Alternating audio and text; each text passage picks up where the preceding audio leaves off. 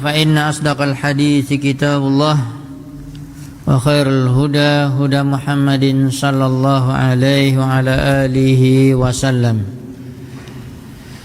شر الأمور محدثاتها فإن كل محدثة بدعة وكل بدعة ضلالة وكل ضلالة في النار. معاشر المسلمين والمسلمات الحاضرين والحاضرات di Masjid Al-Hijrah Markas Sunnah di Pekanbaru, dan semuanya kita mengetahui bahwa masjid adalah rumah Allah dan tempat yang terbaik di permukaan bumi. Maka tidak ada satu pribadi atau kelompok yang memiliki masjid, kecuali masjid adalah milik semua kaum muslimin. Ini sebagai pembuka saja sedikit agar kaum muslimin di negeri kita ini atau di negara manapun mengetahui bahwa masjid adalah rumah Allah dan tidak boleh merasa itu adalah milik pribadi. Oleh sebab itu kita secara terus terang mengatakan bahwa dakwah sunnah, mengajak manusia kepada Al-Quran dan sunnah, berpegang teguh kepada keduanya, mengikuti manhaj salaf, atau sebagian orang mengatakan kajian salaf. Mereka menyampaikan agama Islam berdasarkan dalil Al-Quran dan Sunnah, dan tidak ada istilah apabila sudah masuk mereka maka mereka akan merebut masjid. Ini tidak benar. Mereka menguasai masjid. Ini tidak benar. Ungkapan yang sangat salah. Karena masjid adalah rumah Allah, dan tentunya secara fitrah kita ingin menyampaikan apa yang ada di dalam masjid ini sesuai dengan keinginan Allah. Dan keinginan Allah tidak akan keluar daripada dalil Al-Quran dan Sunnah. Dan tentunya perkara-perkara yang menyelisihi Al-Quran dan Sunnah pasti tidak akan kita ikuti, dan kita akan menyampaikan kebenaran dengan dalil yang jelas min kitabillah wa sunnati nabiyina Muhammadin sallallahu alaihi wa ala alihi wasallam. Dan secara otomatis yang namanya disampaikan kebenaran yang mungkin menyelisihi sebagian dari amalan kaum muslimin di satu tempat, ya, disampaikan di kajian, di ceramah di dalam masjid, dan berselisih atau berbeda dengan amalan kebanyakan masyarakat, itu adalah sesuatu yang wajar, karena kita harus menyampaikan kebenaran agar masyarakat mengetahui mana yang benar berdasarkan dalil.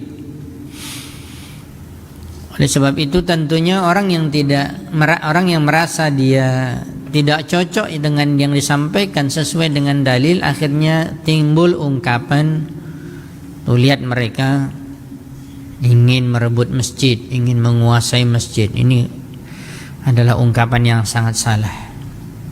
Maka saya mengajak kepada seluruh kaum muslimin dan muslimat untuk membuka bukan mata kepala kita, mata hati kita, untuk belajar agama ini dengan cara yang benar, dengan tuntunan yang benar dari Nabi kita yang mulia Muhammad sallallahu alaihi wa ala alihi wasallam, dan mengikuti pemahaman para sahabat. Dan bahasan kita masih berkaitan dengan para sahabat Rasulullah sallallahu alaihi wasallam yang merupakan akidah Ahlus Sunnah wal Jamaah, ya, yang telah Rasulullah SAW juga bimbing kita bagaimana kita mencintai para sahabatnya radhiyallahu taala anhum ajmain, karena mereka adalah suri tauladan kita juga di dalam memahami agama Islam.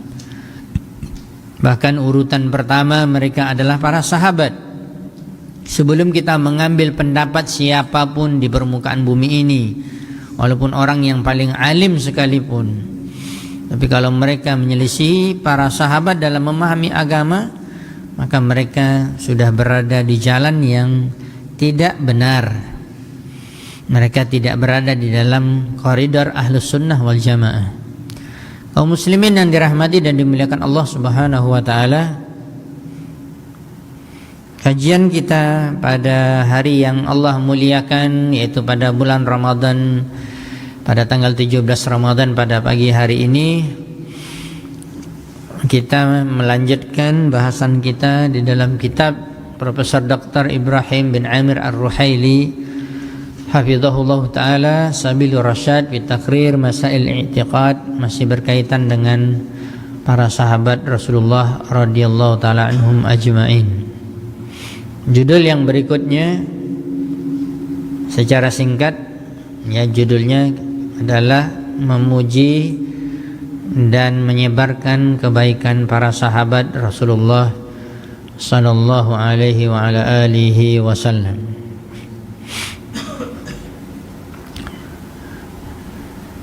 Tapi sebelum kita memulai, karena penjelasan kita pada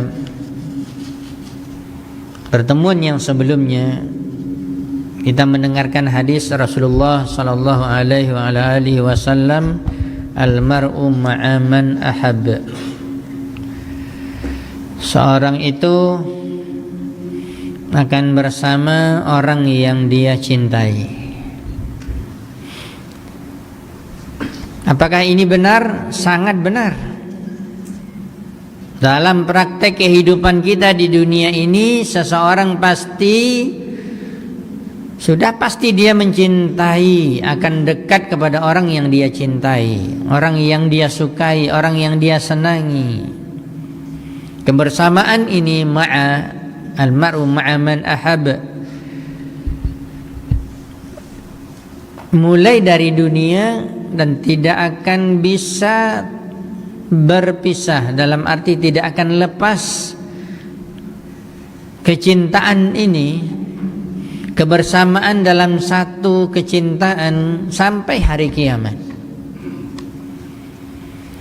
Karena ini kenyataannya dalam kehidupan manusia. Kita mengatakan bukan dalam kehidupan sesama kaum muslimin saja, bahkan kepada seluruh manusia, bahkan kepada orang non muslim pun, mereka pasti dekat dan selalu bersama dengan orang yang dia sukai.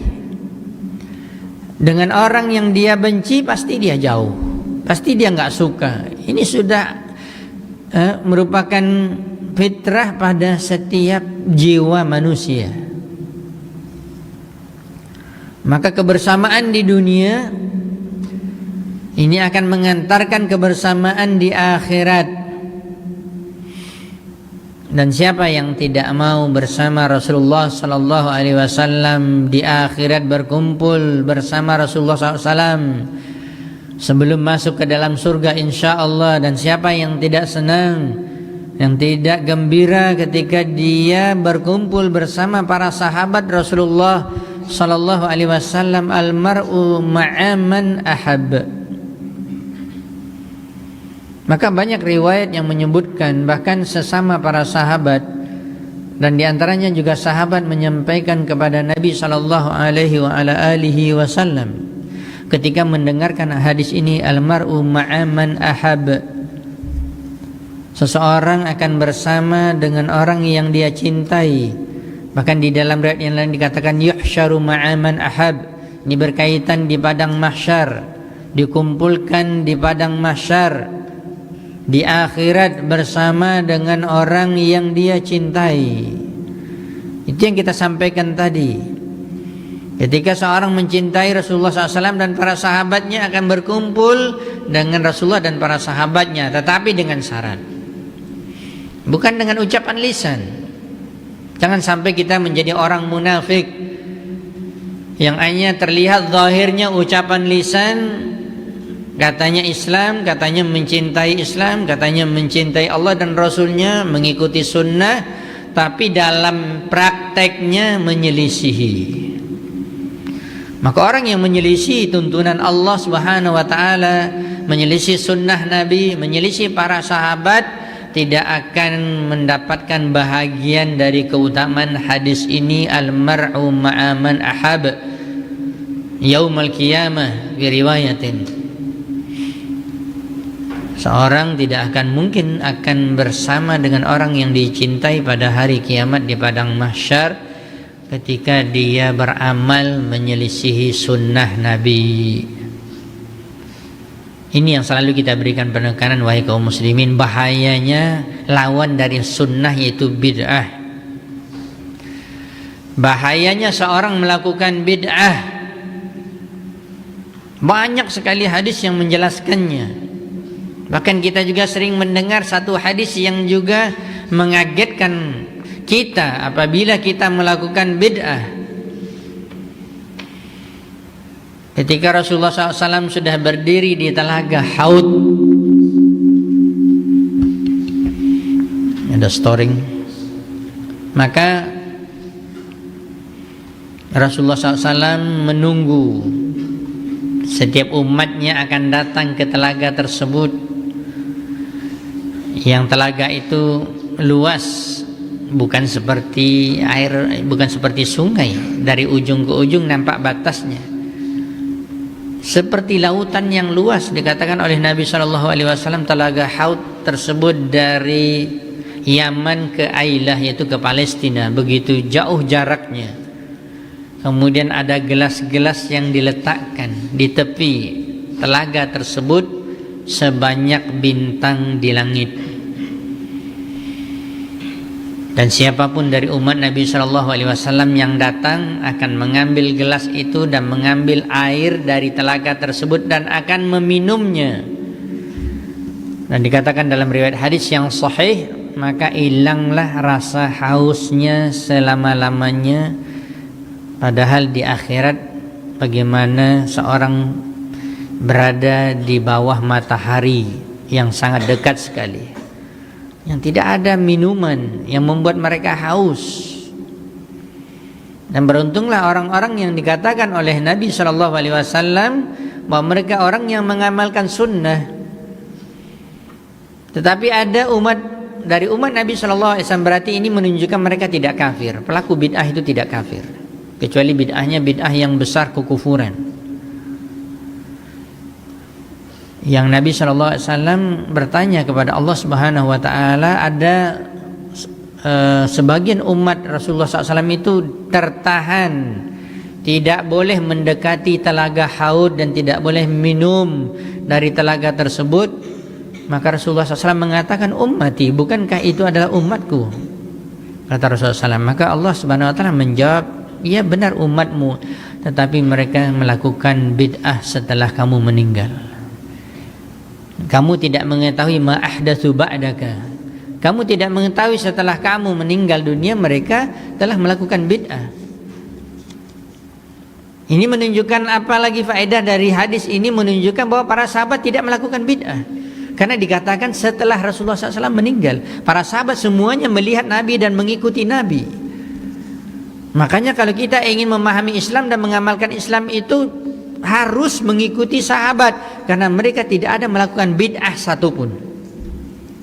Dan Nabi SAW mengingatkan dalam hadis tersebut bahwa yang melakukan itu adalah setelah Rasulullah SAW meninggal. Orang yang tidak melihat Nabi SAW, apalagi di zaman sekarang yang kita jauh dari zaman Nabi. Kita sudah berada pada 1446 Hijriah, begitu sudah sangat jauh sekali. Apakah ada kemungkinan kita akan bertemu dengan Nabi dan berada bersama Nabi di akhirat? Berharap, harapan yang besar, tetapi dengan amalan. bukti dengan amalan mengikuti sunnah, mengikuti cara beribadahnya Nabi SAW dalam seluruh perkara, dan jangan melakukan satu amalan ibadah pun, apalagi banyak, apalagi sengaja menyelisihi sunnah Nabi SAW demi mengikuti gurunya yang menyampaikan, demi mengikuti pak ustadznya, kiainya, tuan guru. Ini salah, wahai kaum muslimin. Camkan hadis ini di dalam hati kita. Jangan sampai kita tidak mendapatkan minum di telaga haud di akhirat karena kita melakukan bid'ah, karena kita melakukan ibadah yang menyelisihi Nabi SAW dalam ibadahnya. Kita lebih condong kepada amalan yang dikatakan oleh guru kita, amalkan ini. Kita lebih condong melakukan amalan yang mengikuti ini. Lihat kaum muslimin di daerah kita ini amalannya seperti ini semua, kok kamu menyelisihi? Biarlah, nggak apa-apa. Kamu mengatakan saya menyelisihi, iya saya menyelisihi kalian, tapi saya tidak mau menyelisihi Rasulullah SAW. Itulah yang kita harapkan, wahai kaum muslimin. Hadis ini luar biasa, dan hadis ini telah didengar oleh para sahabat Rasulullah SAW.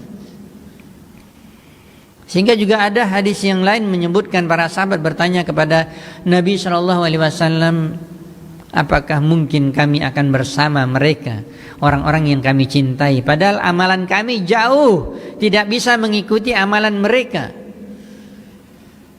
Kalau kita katakan kita jauh sekarang sudah dari zaman Nabi SAW dan para sahabat, kita membaca hadis ini, almar'u ma'aman ahab yuhsyaru yaumal qiyamah, kita berharap mendapatkan praktek daripada hadis ini, dan Allah mudahkan untuk berkumpul bersama Rasulullah dan para sahabat. Lalu kita mengatakan, apakah mungkin ketika kita membandingkan amalan kita dengan Nabi SAW, apalagi kita lihat praktek di dalam bulan Ramadan, Rasulullah SAW itu terbaik amalannya, terhebat, terkuat, paling banyak ibadahnya, dari sedekahnya, salat malamnya, puasanya, ya, berbuat kebaikannya di dalam bulan Ramadan. Kita lihat juga bagaimana amalan-amalan para sahabat Abu Bakar, Umar, Utsman dan Ali radhiyallahu ta'ala anhum ajmain, dan para sahabat-sahabat yang lain yang mulia yang kita baca biografi kehidupan mereka, rasanya satu pun nggak bisa kita kejar, nggak bisa kita mengikuti bagaimana kehebatan amalan mereka, ketakwaan mereka. Apakah mungkin kita mengikuti mereka? Apakah mungkin kita bersama mereka? Kata Rasulullah SAW, itulah maksud dari hadis tersebut. Kalian tetap akan berkumpul dengan mereka walaupun amalan kalian tidak seperti mereka. Camkan hadis ini. Walaupun amalan kita jauh dari apa yang telah dilakukan oleh Rasulullah, apalagi Rasulullah, apa yang telah dilakukan oleh para sahabat, tapi kita berharap dengan hadis ini,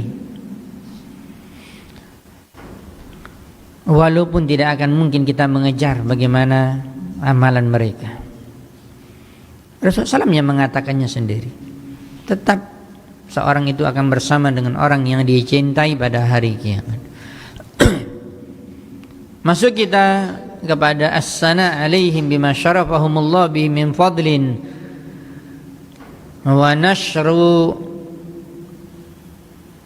mahasinihim fil khalqi. Telah kita sebutkan tadi secara singkat, judulnya adalah memuji dan menyebarkan kebaikan para sahabat.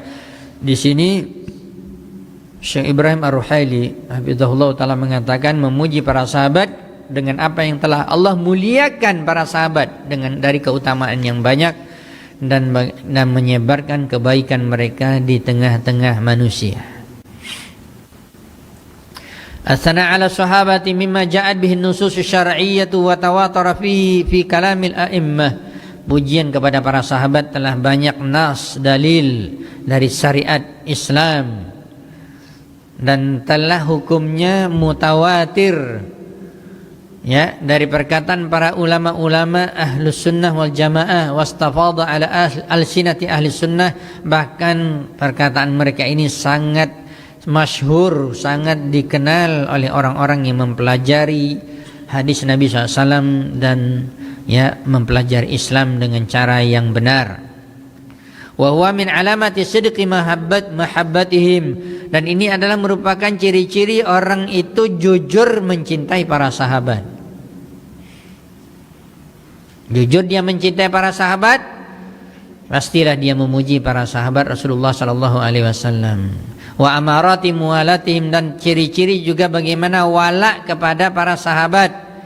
Karena kita telah sampaikan wala yaitu loyalitas kepada Allah, Rasulnya, dan orang-orang yang dicintai oleh Allah dan Rasulnya adalah merupakan akidah Ahlus Sunnah wal Jamaah. Perkara akidah itu perkara nomor satu, urutannya tertinggi dari perkara yang lain, dari amalan-amalan yang lain. Maka jangan kita merasa selamat ketika kita rajin salat berjamaah, rajin salat sunat, ya, tetapi tidak ada wala kita kepada para sahabat. Tidak ada loyal kita kepada orang-orang yang dicintai oleh Allah Subhanahu wa taala dan Rasulnya. Dan juga menunjukkan husnil mutaba'ati lahum. Dalil menunjukkan baiknya seorang itu mengikuti para sahabat Rasulullah sallallahu alaihi wasallam. Berkaitan dengan as-sana, pujian. Ini kan bahasanya kalau secara luas panjang sekali. Apakah boleh seorang memuji di hadapan saudaranya? Hukum asalnya tidak boleh. Ini pernah juga kita sampaikan dulu. Kalau tidak salah pada Ramadan tahun yang lalu juga. Ini harus kita pelajari. Ini adab. Tidak boleh kita memuji seseorang di depan dia langsung. Karena apa? Karena dikhawatirkan, kata para ulama, dia akan bangga dengan kebaikannya tersebut. Nanti dia bisa ujub, nanti akan timbul lagi penyakit lain, dia semakin senang, akhirnya dia riak lagi beramalnya, habis semua amalannya, nggak ada kebaikannya lagi, walaupun kebaikannya luar biasa, ya. Dan ini hukum asalnya tidak boleh seseorang memuji orang lain di hadapan dia langsung di mukanya. Karena Nabi SAW mengatakan kamu telah memotong lehernya, ya, tidak boleh. Tetapi kalau kita memuji seorang itu di hadapan orang lain boleh, apalagi dalam rangka untuk menjelaskan kepada manusia yang lain, ya, bahwa seseorang itu adalah orang yang baik, orang yang saleh. Bukankah Nabi SAW pernah berada di satu perjalanan dan bersama para sahabat? Maka ada para sahabat yang memuji jenazah yang lewat. Satu lagi ada pada waktu yang sama berurutan, sudah berjarak mungkin sekian menit, ada lagi lewat satu jenazah dan dicela oleh para sahabat, maksudnya disebutkan tentang mereka, orang ini tidak baik. Maka apa yang dikatakan oleh Nabi SAW? Antum syuhada Allah fil ard. Kalian adalah merupakan saksi-saksi Allah yang ada di permukaan bumi. Jadi diambil persaksiannya. Maka kalau kita memuji seseorang dengan arti yang sebenarnya, insya Allah ini menunjukkan kebaikan. Begitu juga kita memuji para sahabat Rasulullah SAW. Makanya di dalam Islam, ketika tidak boleh dikhawatirkan ya akan timbulnya ujub, riya dan yang lainnya, akhlak-akhlak yang buruk ketika seorang itu dipuji di depannya langsung. Maka itulah yang dijelaskan oleh para ulama. Ya, apalagi ada tujuan.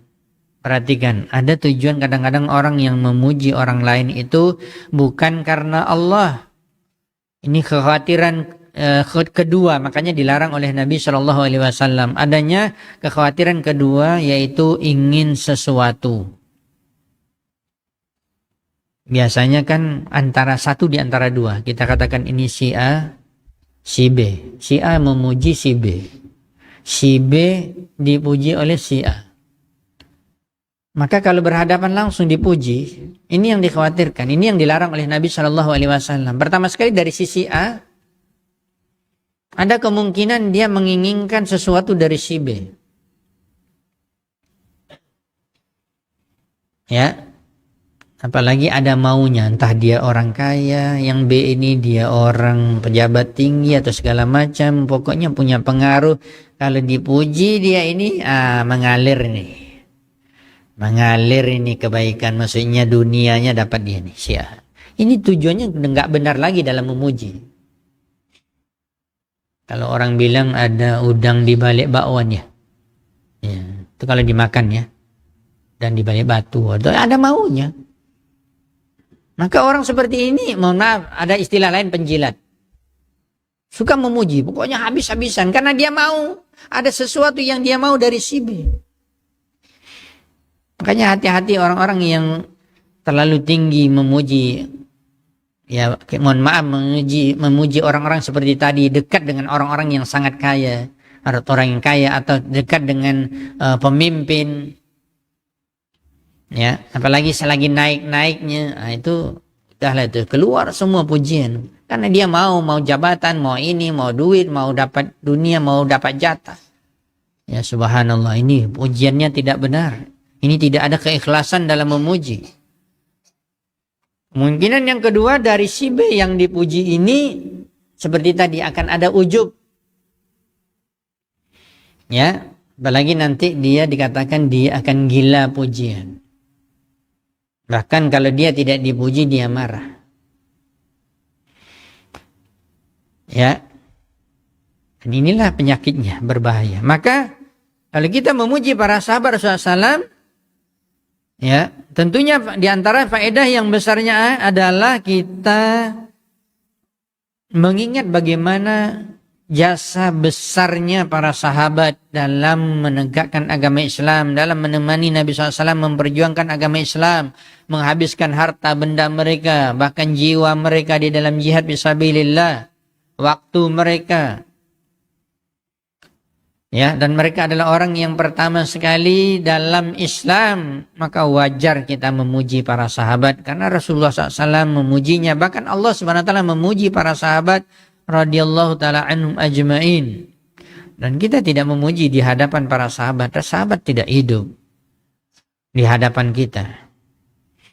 Makanya sesama para sahabat mereka nggak mau memuji yang lainnya di hadapan mereka langsung, karena mereka juga mengetahui hadis Nabi SAW yang telah kita sebutkan tadi. Dengarkan bagaimana perkataan para sahabat Rasulullah SAW atau perkataan para ulama-ulama Ahlus Sunnah wal Jamaah. Qala al-Imam Abu Nu'aim rahimahullah taala fil Imamah.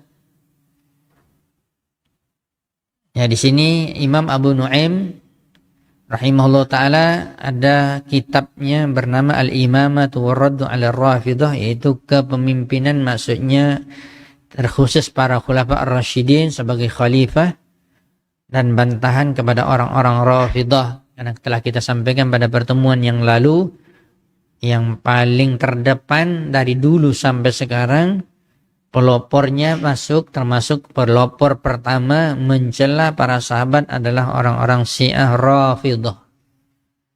Oleh sebab itu, para ulama mengarang begitu banyak kitab dalam rangka membela para sahabat, agar kaum muslimin mengetahui bagaimana kemuliaan para sahabat Rasulullah SAW, termasuk di dalam kepemimpinan, apalagi khulafa ar-rasyidin, Abu Bakar, Umar, ya, Utsman. Kalau Ali, mereka menyandarkan mereka mencintai hanya Ali saja. Kita tidak, Ahlus Sunnah wal Jamaah mencintai semua sahabat, apalagi yang terdepan Abu Bakar, Umar, Utsman dan Ali. Keempat-empatnya radhiyallahu taala anhum ajmain. Makanya Imam Abu Nu'aim rahimahullah taala mengatakan dalam kitabnya Al-Imamah, wa nashru mahasinihim wa manaqibihim, dan menyebarkan kebaikan dan keutamaan para sahabat, wasarfu umurihim ila ajmalil wujuh, dan meletakkan perkara para sahabat itu pada tempat yang terbaik. Min amaratil mu'minin al muttabi'ina lahum bihsan, Dan ini merupakan ciri-ciri seorang mukmin yang dia mengikuti para sahabat bi ihsan. Itu yang selalu kita dengar dalam surat At-Taubah ayat 100.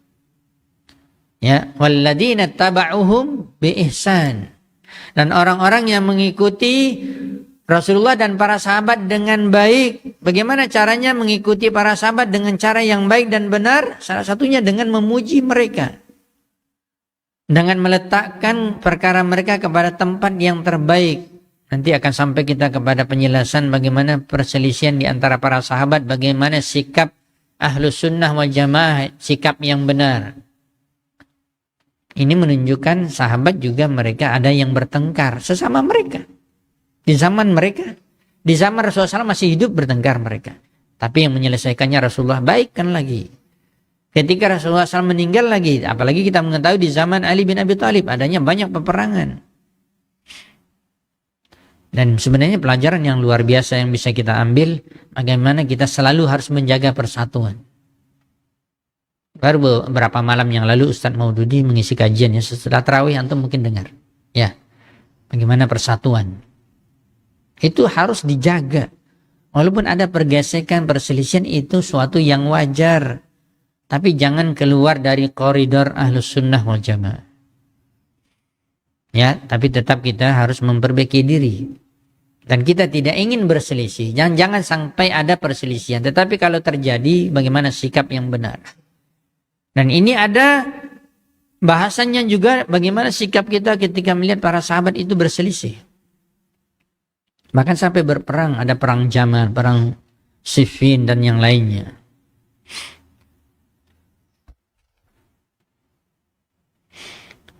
Kemudian kaum muslimin yang dirahmati dan dimuliakan Allah Subhanahu wa taala, wa innama, ini salah satu perkataan yang juga bisa jadi kaidah bagi kita semua, dikatakan oleh Syekh Ibrahim Ar-Ruhaili hafizahullah taala, beliau mengatakan wa innama yu'raful fadlu li ahlihi zawul fadli. Ingat ini baik-baik. Perhatikan ini. Ya. Sesungguhnya diketahui suatu itu ya utama, memiliki keutamaan bagi orangnya, bagi orang yang juga mengetahui keutamaan. Bagi orang yang memiliki keutamaan.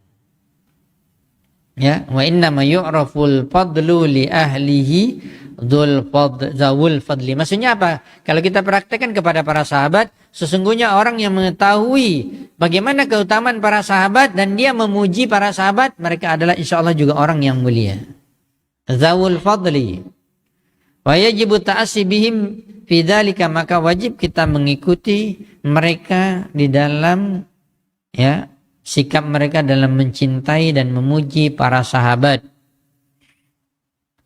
Wa mimma jaa anhum bidzalik, di sini maksudnya kita akan mengetahui bagaimana orang-orang mulia ya, mereka mengetahui siapa yang mulia dan mereka memuji orang yang mulia tersebut.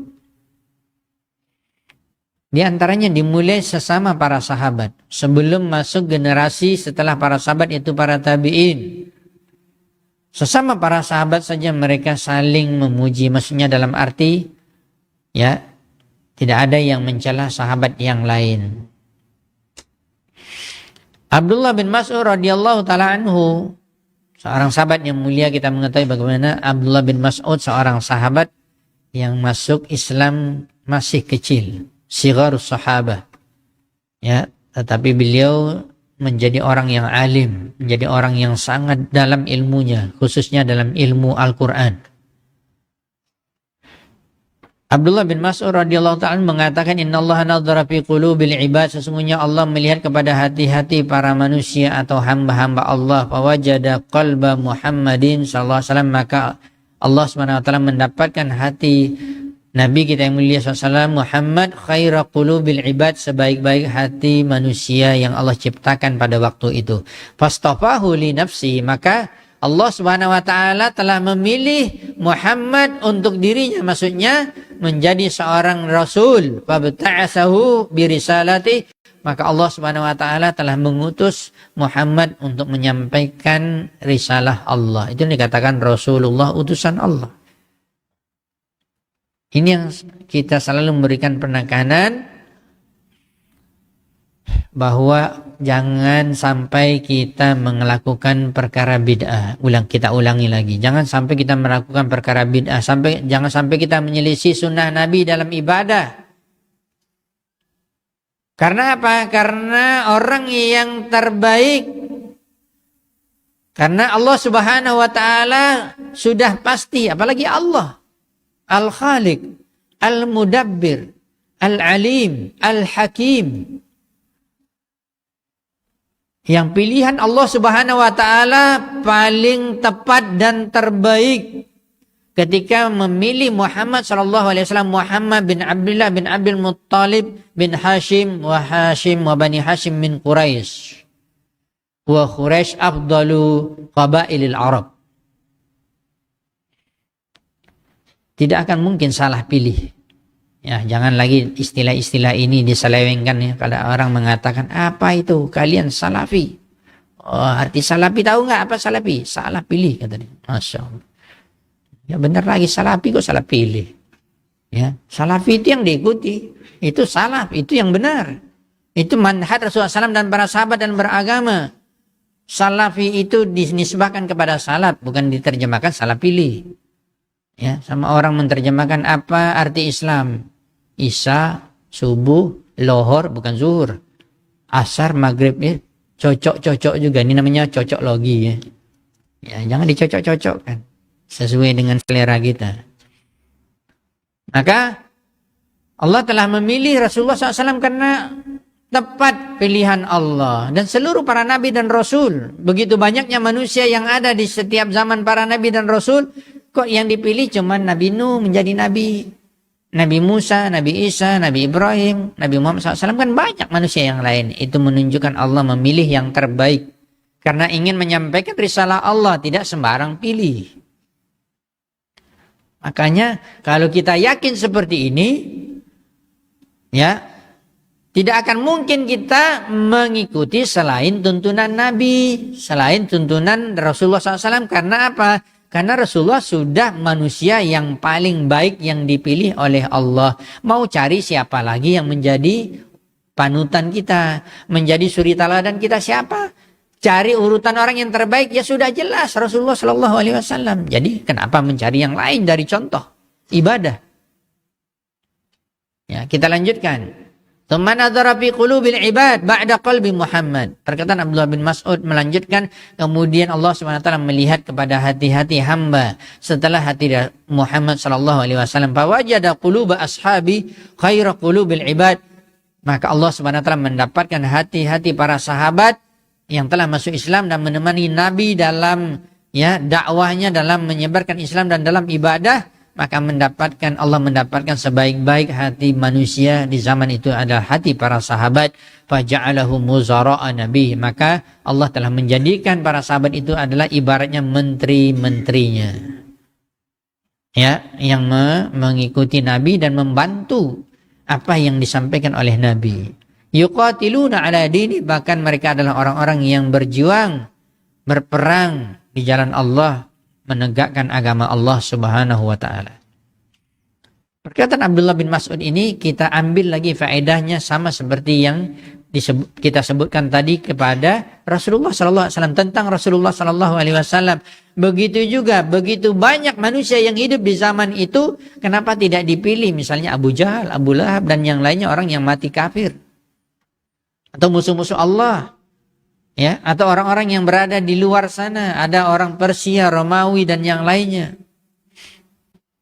Kenapa tidak dipilih mereka yang menjadi sahabat Nabi? Karena Allah mengetahui manusia yang terbaik, karena Allah tahu hatinya yang terbaik. Sama kita katakan seperti tadi. Maka kenapa kita masih mencari contoh juga selain Rasulullah yang bisa kita ikuti dan bisa kita bagaimana memahami Islam ini dengan baik selain para sahabat. Karena hati mereka terbaik. Itulah yang dikatakan wajibnya kita mengikuti para sahabat Rasulullah sallallahu alaihi wasallam. Berpegang teguh kepada Al-Quran dan Sunnah atas pemahaman para sahabat karena hati mereka terbaik. Bahkan kita pernah juga menyampaikan nukilan-nukilan dari para tabi'in. Ini generasi muridnya sahabat. Bahkan kita mengetahui juga generasi atba'ut tabi'in. Di antaranya yang ada hidup di zaman atba'ut tabi'in, generasi ketiga adalah seorang yang dikatakan khalifah yang kelima. Walaupun para ulama tidak mengatakan khalifah yang kelima, yaitu Umar bin Abdul Aziz. Bagaimana antum baca biografi kehidupan dia, luar biasa. Bisa dikatakan amalannya seperti para sahabat, ketakwaannya luar biasa. Tapi tetap dikatakan, ya, Umar bin Abdul Aziz tidaklah lebih baik daripada seorang sahabat yang paling rendah imannya. Ya. Dan ketika juga ada kejadian bahwa sebagian orang mulai mencela Muawiyah bin Abi Sufyan. Ini khusus orang-orang Rafidhah dan Syiah juga. Ya, salah satu musuh bebuyutannya itu Muawiyah bin Abi Sufyan. Karena ya, kita mengatakan tadi adanya peperangan di antara Ali, ya, dengan Muawiyah. Karena ijtihad mereka masing-masing. Sehingga mereka mencela habis-habisan Muawiyah bin Abi Sufyan radhiyallahu taala anhu, katibul wahyi, seorang penulis wahyu. Muawiyah bin Abi Sufyan itu orang yang alim, orang yang juga dikatakan ya seorang pemimpin. Bahkan sebagian ulama salah mengatakan dalam biografi kehidupan Muawiyah bin Abi Sufyan, ketika menjadi pemimpin dan dia mempraktekkan Islam ini dengan benar, bisa dikatakan tidak didapati sebaik dia dalam kepemimpinan khalifah. Maka ada orang yang mencela para sahabat, mencela Muawiyah bin Abi Sufyan, lalu para ulama membela. Sampai mereka mengatakan debu yang menempel di kaki Muawiyah bin Abi Sufyan ketika jihad itu lebih baik daripada orang yang paling takwa di zaman kita. Apalagi pribadi dia. Begitulah para ulama salaf terdahulu bagaimana mereka memuliakan para sahabat. Mereka membela ya para sahabat dan menjaga wibawa dan kehormatan mereka, terkhusus kalau sudah dicela para sahabat. Ya, ini menunjukkan bagaimana kemuliaan mereka. Kemudian dilanjutkan masih nukilan dari perkataan Abdullah bin Mas'ud tadi. Kalau kita lihat di sini referensinya, yang berkaitan Abdullah bin Mas'ud yang pertama tadi diriwayatkan oleh Imam Ahmad dalam musnadnya, nomor asar riwayatnya 3600, nomor riwayatnya. Kemudian juga Imam Al-Baghawi dalam Syarhus Sunnah, ya, jilid 1 halaman 214 dan 215, dan sanadnya hasan. Kemudian ada nukilan juga dari perkataan Abdullah bin Mas'ud radhiyallahu taala anhu yang lainnya yang juga dinukilkan oleh para ulama dalam kitab, diantaranya Imam Ibnu Abil Bar di dalam kitabnya Jami' Bayanil Ilmi wa Fadlih, kumpulan bagaimana penjelasan tentang ilmu dan keutamaannya. Begitu juga Imam Al-Baghawi juga menjelaskan dalam Syarhus Sunnah.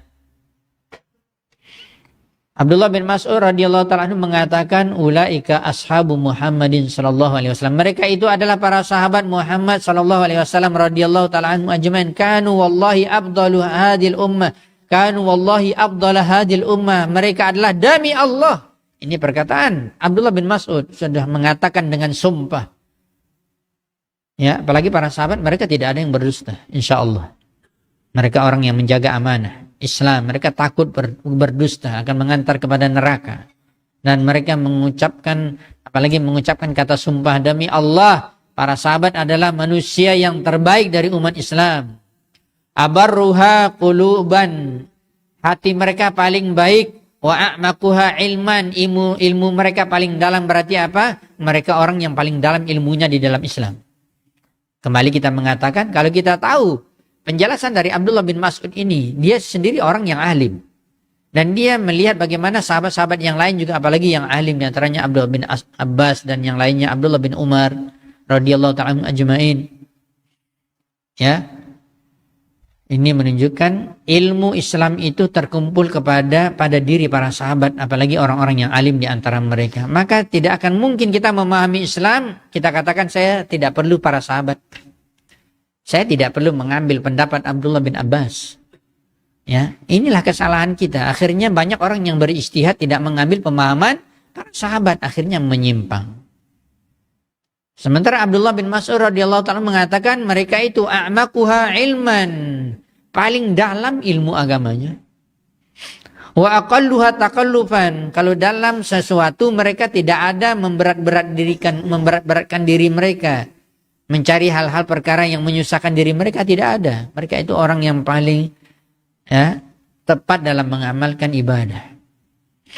Qaumun ikhtarahumullah li suhbati nabihi, yaitu suatu kaum, maksudnya para sahabat, Allah Subhanahu wa taala telah memilih mereka untuk menemani nabinya yang mulia sallallahu alaihi wasallam wa iqamati dini, dan juga untuk menegakkan agama ini.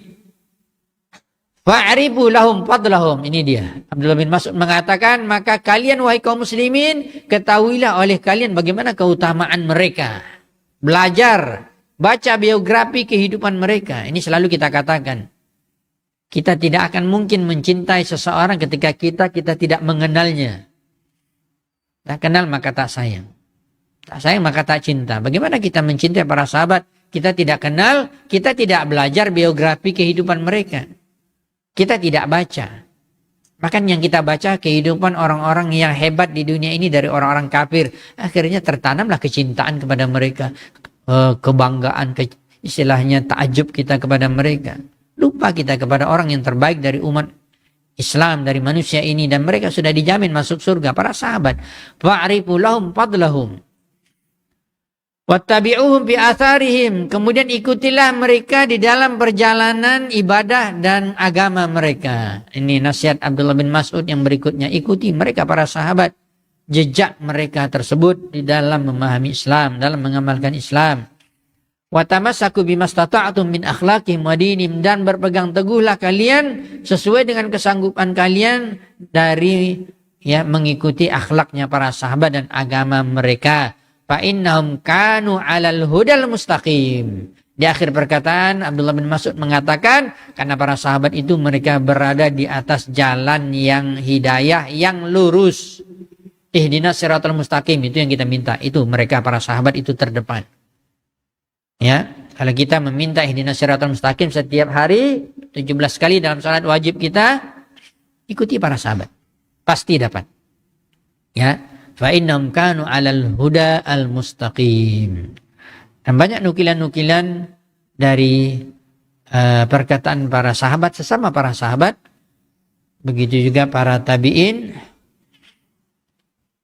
Ya, di antaranya Imam Qatadah bin Da'amah As-Sadusi rahimahullah ta'ala, ini seorang imam besar ulama di kalangan para tabi'in dan ulama tafsir di kalangan para tabi'in. Ya, begitu juga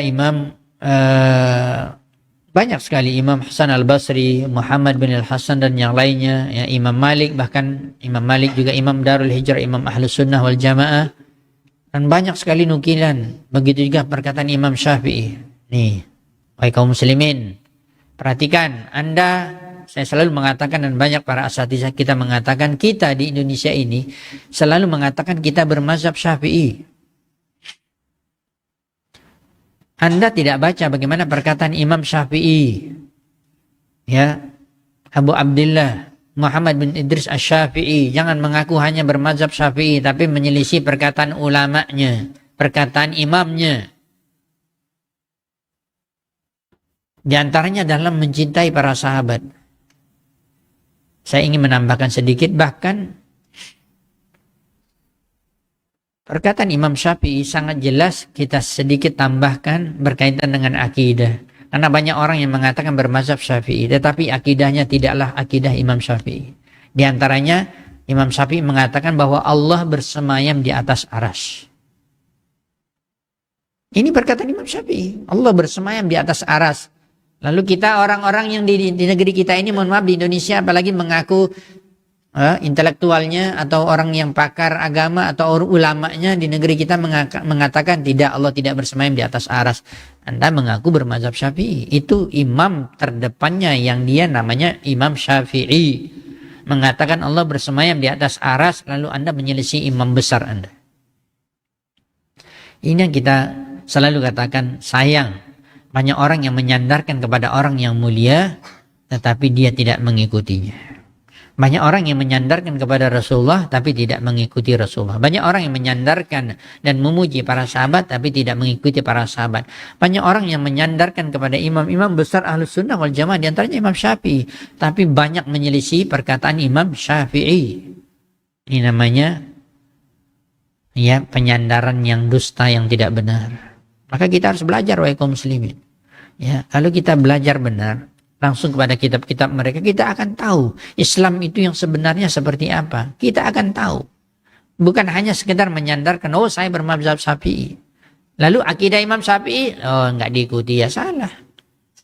Imam Syafi'i itu imam Ahlus Sunnah wal Jamaah, imam besar. Beliau mengatakan, apalagi berkaitan dengan para sahabat, waqad asnallahu tabaraka wa ta'ala ala ashabi Rasulillah sallallahu alaihi wasallam fil Quran wa Taurat wal Injil. Sesungguhnya Allah Subhanahu wa taala telah memuji para sahabat di dalam Al-Qur'an, sudah jelas. Tetapi yang luar biasanya lagi, bukan hanya di dalam Al-Qur'an, Allah juga telah berfirman, dan ini perkataan Allah kalamullah, yaitu dalam kitab Taurat dan Injil juga Allah telah memuji sahabat Rasulullah sallallahu alaihi wasallam. Padahal itu kan Rasulullah juga belum hidup. Sudah ada disebutkan firman Allah dalam kitab Taurat di zaman Nabi Musa. Sudah ada di kitab Injil di zaman Nabi Isa. Didengarkan oleh sahabat Nabi Musa, sahabat Nabi Isa. Pujian kepada sahabat Rasulullah sallallahu alaihi wasallam. Allah telah memuji sahabat Rasulullah sallallahu alaihi wasallam. Luar biasa. Orangnya belum ada. Tetapi Allah telah menurunkan firman-Nya. Karena seluruh kitab Allah itu adalah kalamullah. Quran, Taurat, Injil. Wa sabaqa lahum ala lisani Rasulullah sallallahu minal fadli ma laysa li ahadin ba'dahum. Apalagi kalau kita membaca hadis Nabi, perkataan Nabi, bagaimana keutamaan para sahabat. Wa rahimahumullah, wa hannahum bima atahum min dzalik. Mudah-mudahan Allah merahmati mereka, para ulama-ulama Ahlus Sunnah wal Jamaah yang telah menyampaikan kepada kita pujian sangat jelas kepada para sahabat Rasulullah sallallahu alaihi wasallam.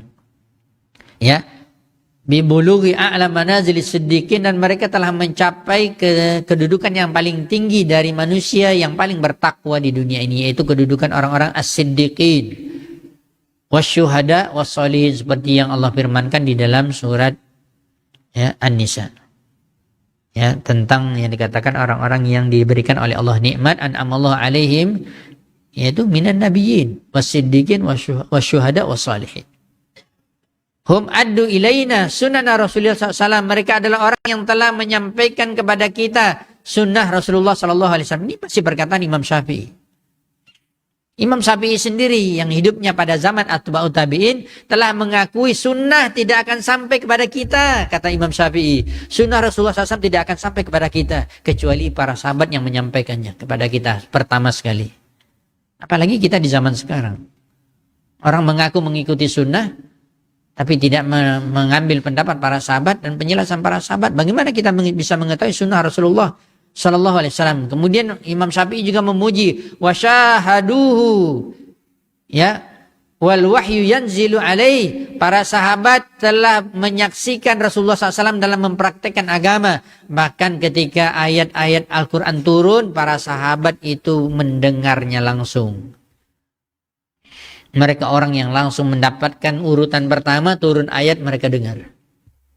Kali kita dengar bacaan imam tadi subuh barusan, itu sudah 14 abad yang lalu turun, dan para sahabat langsung mendengarnya. Tentunya mereka lebih utama karena mereka pertama sekali mendengarkan wahyu yang turun kepada Rasulullah sallallahu alaihi wasallam. Fa'alimu ma arada Rasulullah sallallahu alaihi wasallam aman wa khasan. Ini lagi kembali Imam Syafi'i mengatakan, ketika mereka telah menyaksikan Rasulullah SAW dan telah juga menyaksikan bagaimana turunnya wahyu dan mereka mendengarkan, maka mereka lah orang yang paling mengetahui apa yang diinginkan oleh Rasulullah SAW dalam perkara agama. Apa yang diinginkan oleh Nabi itu para sahabat tahu. Secara umum yang sifatnya seluruh perkara Islam, begitu juga secara khusus dari bagian-bagian ilmu Islam yang khusus. Wa arabu min sunnatihi ma arafna wa jahilna, dan mereka telah mengetahui dari sunnah Nabi, baik yang kita ketahui kata Imam Syafi'i ataupun yang belum sampai kepada kita sunnah Nabi. Semua sahabat sudah tahu. Ini Imam Syafi'i, kaliber Imam Syafi'i ilmunya bagaimana dalamnya. Dia tetap mengatakan masih ada sunnah yang tidak kami ketahui kata Imam Syafi'i. Ya, karena ilmu Islam itu luas. Bagaimana dengan kita? Yang seujung kuku Imam Syafi'i aja nggak ada ilmu kita. Lalu kita mengatakan sudah benar sunnah kita dalam mengikuti Nabi. Banyak perkara yang belum kita ketahui. Maka kita mengatakan seluruh sahabat atau para sahabat-sahabat apalagi yang alim itu sudah mengetahui sunnah Nabi. Baik yang kita ketahui ataupun yang tidak kita ketahui. Wa hum fawqana fi kulli ilmin wa ijtihadin.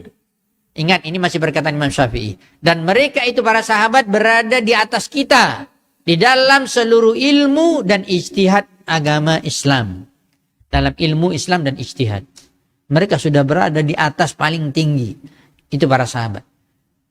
Wa wara'in wa aqlin, bahkan sifat wara' dan akal mereka, bagaimana kecerdasan dan lurusnya, selamatnya akal mereka. Wa amrin, bagaimana urusan mereka. Istadraka bihi ilmun wastanbata bihi, bahkan mereka terus belajar agama dengan Nabi dan mereka mengeluarkan hukum-hukum, apalagi para sahabat yang alim. Wa ara'uhum lana ahmadu, pendapat-pendapat mereka bagi kita adalah terpuji, paling terpuji. Wa aula bina min ara'ina, dan lebih baik daripada pendapat kita indana li anfusina, dari pendapat kita masing-masing, yang Imam Syafi'i mengatakan di zaman beliau. Ya, pendapat mereka para sahabat, apalagi yang alim di antara mereka, itu lebih baik daripada pendapat kita di zaman kita. Itu zaman atba'ut tabi'in, generasi ketiga. Apalagi kita sekarang. Sudah berapa ini? Jauh 1400 lebih tahun yang telah lewat. Ya, maka tentunya pendapat para sahabat lebih utama dari pendapat kita.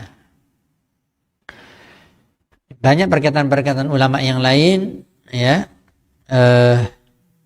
Kita cukupkan, mudah-mudahan apa yang kita sampaikan bermanfaat untuk memberikan penekanan kepada kita. Bagaimana wajibnya kita berwala kepada para sahabat, mencintai para sahabat, memuji mereka, bahkan menyebarkan kebaikan mereka. Salah satu yang telah kita sampaikan, kenapa? Karena ya, orang yang mulia itu harus diberitahu kepada orang kemuliaan mereka, apalagi yang terdepan yaitu para sahabat yang membela agama ini, yang mereka habis-habisan, mati-matian. Jiwa mereka korbankan, harta mereka korbankan, pikiran mereka korbankan, keletihan mereka tidak pedulikan demi menegakkan agama Allah, demi membela sunnah Nabi Shallallahu Alaihi Wasallam. Nggak ada bandingnya dengan apa yang kita katakan sekarang, kita telah berkorban untuk Islam. Saya telah berkorban untuk Islam, nggak ada apa-apanya dibandingkan para sahabat. Apa yang kita banggakan? Nggak ada, nggak bisa. Ya, oleh sebab itu pantas para sahabat itu untuk dipuji dan disebarkan kebaikannya. Apalagi telah kita sampaikan, sudah mulai ada orang yang mulai mencela para sahabat. Nah, ini kita harus semakin menampakkan bagaimana kemuliaan para sahabat, keutamaan mereka, dan menyebarkannya agar orang tahu, agar kaum muslimin mengetahui kedudukan mereka, ya, dari seluruh umat Islam sampai hari kiamat. Allahu taala alam bisawab. Demikianlah kajian kita pada pagi Ramadan ini. Mudah-mudahan Allah SWT memberikan kekuatan kepada kita semua untuk mengikuti sunnah Nabi SAW, mengikuti para sahabat. Apalagi di dalam bulan Ramadan ini, mari kita maksimal melakukan ibadah, semakin kuat, semakin ya semangat. Apalagi sudah masuk 10 hari kedua dan sudah berada di ujung.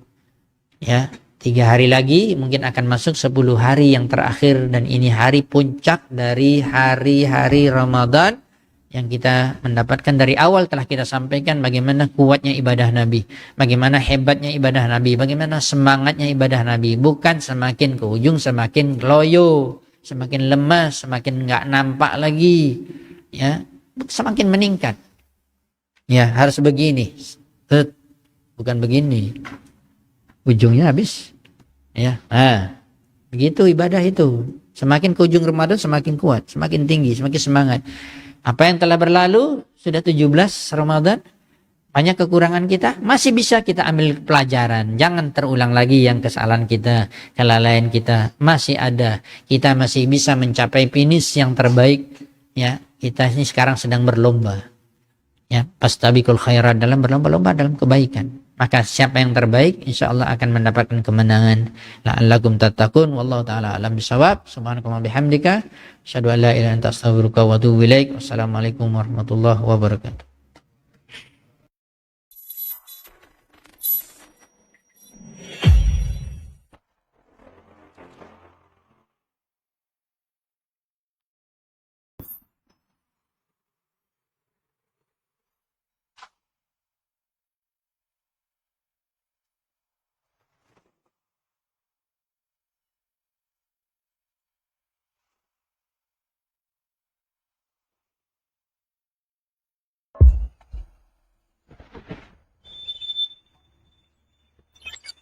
Assalamualaikum warahmatullahi wabarakatuh. Sungguh kalau Allah telah berkehendak terjadinya sesuatu, maka sesuatu itu pasti terjadi dan tidak mustahil. Bagaimanapun mustahilnya di sisi manusia. Innama amruhu idza arada syai'an an yaqula lahu kun fayakun. Beberapa tahun yang lalu di tempat ana berdiri saat ini, itu masih perataan dan masih cut and fill. Tapi di waktu ini saya melihat Masya Allah bangunan yang sudah begitu luas, yang begitu tinggi. Dan inilah tempat yang akan digunakan oleh anak-anak kaum muslimin untuk beribadah dan menuntut ilmu agama. Markas Al-Hijrah Nusantara. Ini menunjukkan bahwa sesuatu yang besar dan berat akan menjadi kecil dan ringan tatkala kita semua ikut turun tangan dan saling bahu-membahu. Wa ta'awanu 'alal birri wat taqwa wa la ta'awanu 'alal ismi wal 'udwan. Yang berikutnya menunjukkan kaum muslimin memiliki semangat, memiliki sifat dermawan dan mempercayakan amanah mereka kepada panitia pembangunan Markas Al-Hijrah Nusantara. Pertanyaannya, dengan bangunan yang sudah begini luas dan tingginya, berapa harta yang telah kita titipkan dan kita letakkan di tempat jariah ini oleh kita semua? Semoga ini menjadi motivasi dan bahan introspeksi diri bagi anak pribadi dan saudara sekalian. Wassalamualaikum warahmatullahi wabarakatuh.